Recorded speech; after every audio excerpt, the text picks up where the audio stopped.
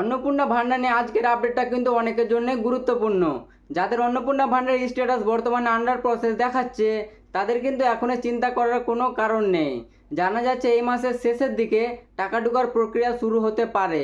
তাই under process থাকলে কিছুদিন অপেক্ষা করুন এবং নিজের ব্যাংক অ্যাকাউন্টের লেনদেনের দিকে নজর রাখুন। আর যাদের স্ট্যাটাস আন্ডার ইনকোয়ারি, তাদের বিষয়টা একটু আলাদা। আন্ডার ইনকোয়ারি থাকা উপভোক্তাদের জন্য একটি তালিকা তৈরি হতে পারে এবং সেই তালিকা অনুযায়ী বাড়ি বাড়ি গিয়ে ভেরিফিকেশন করা হতে পারে।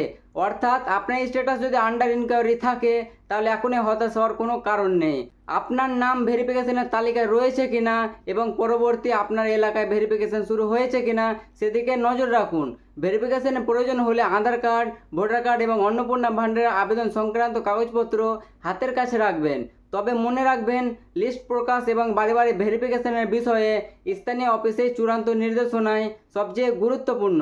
আপনার স্ট্যাটাস যদি আন্ডার প্রসেস বা আন্ডার ইনকোয়ারি থাকে, তাহলে কমেন্ট করে অবশ্যই জানাবেন আপনার এলাকায় ভেরিফিকেশনের কোনো খবর এসেছে কিনা।